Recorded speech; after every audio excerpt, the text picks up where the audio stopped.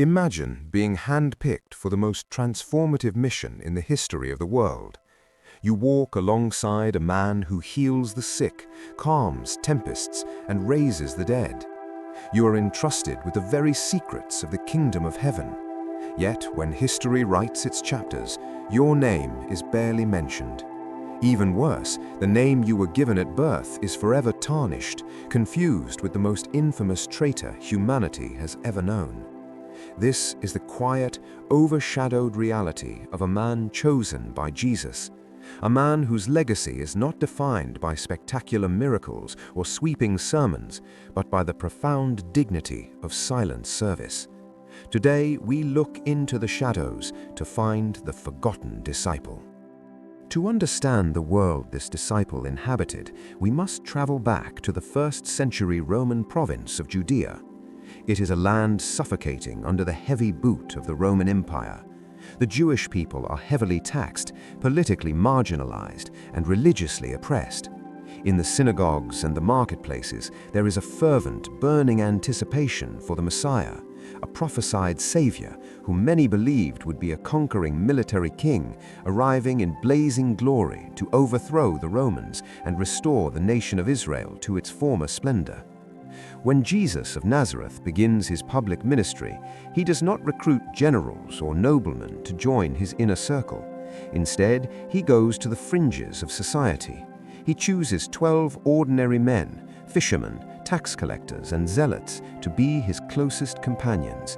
These men are tasked with absorbing his teachings and carrying his message to the ends of the earth.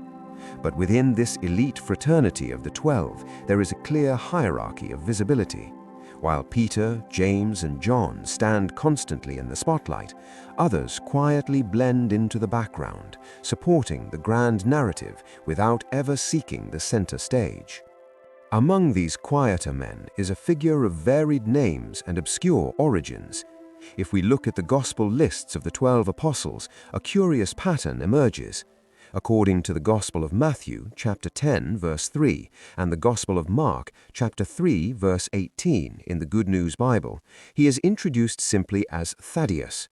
However, in the Gospel of Luke, chapter 6, verse 16, and in the Acts of the Apostles, chapter 1, verse 13, the very same disciple is recorded as Judas, son of James. For the early Christian community, this was a deeply problematic name. Following the betrayal of Christ, the name Judas became a synonym for ultimate treachery. It is highly likely that the early believers, and perhaps even his fellow disciples, preferred the nickname Thaddeus, which translates to courageous heart or beloved, to distance this faithful man from Judas Iscariot. Thaddeus was forced to carry a name that made people recoil, yet he bore it while faithfully walking the dusty roads of Galilee, witnessing the miracles and suffering the privations of a traveling ministry. For 3 years, Thaddeus watches, listens, and serves. He is there when the multitudes are fed, and he is there when the religious leaders plot their assassination attempts. Yet, the scriptures record virtually nothing of his personal actions. He performs no solo miracles that make it into the texts. He does not boast of his loyalty, nor does he dramatically sink into the waves of the Sea of Galilee. He is simply present, faithfully executing the monumental task of being a steadfast companion to the Son of God. The pivotal moment for this quiet disciple, and his only recorded speaking part in the entire biblical narrative, occurs on the darkest night of their lives. It is the Last Supper. The atmosphere in the upper room is thick with sorrow and confusion. Jesus has just washed their feet, predicted his own betrayal, and spoken of leaving them to go to the Father. The disciples are struggling to comprehend this. Their paradigm of a conquering, victorious Messiah is collapsing. It is here that Thaddeus finally speaks up. As we read directly in the Gospel of John, chapter 14, verse 22, the Good News Bible explicitly clarifies his identity so history does not misunderstand. Judas, not Judas Iscariot, said, "Lord, how can it be that you will reveal yourself to us and not to the world?" This single question is breathtaking in its honesty. Thaddeus gives voice to the collective, desperate confusion of the group. He is asking what every first-century Jew was wondering. If you are the king, why are you keeping it a secret? Why reveal your glory only to us, a handful of nobodies in a hidden room, instead of marching out to the temple and showing the Roman Empire your sovereign power? Jesus does not rebuke Thaddeus for his lack of understanding. Instead, he gently redirects the disciples' heart. Jesus answers that true revelation is not about grand global spectacles or political dominance.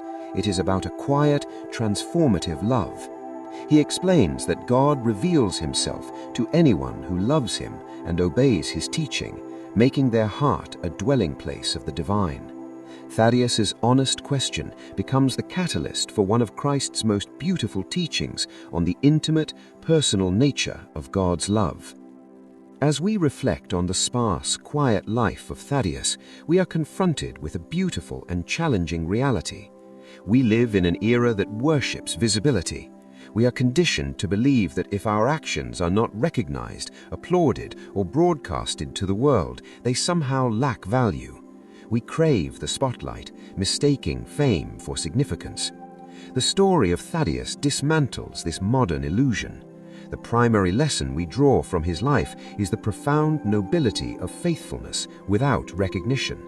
Thaddeus was part of the greatest movement in human history, yet he was content to remain a supporting character. He did not need a platform, a title, or historical fame to validate his calling. His identity was firmly rooted not in being seen by the world, but in being known by his master. He teaches us that the quietest lives often lay the strongest foundations. A second lesson is found in his willingness to ask the difficult, vulnerable questions. By stepping out of the shadows for just a moment to express his confusion, Thaddeus provided the space for Jesus to explain the true, intimate nature of God's kingdom. Our own doubts and honest questions, when brought faithfully to the light, are never wasted. May we all find the courage of Thaddeus, to serve diligently when no one is watching, to bear our burdens without complaint, and to find our ultimate worth not in the fleeting applause of the crowd, but in the quiet, unshakable love of the divine.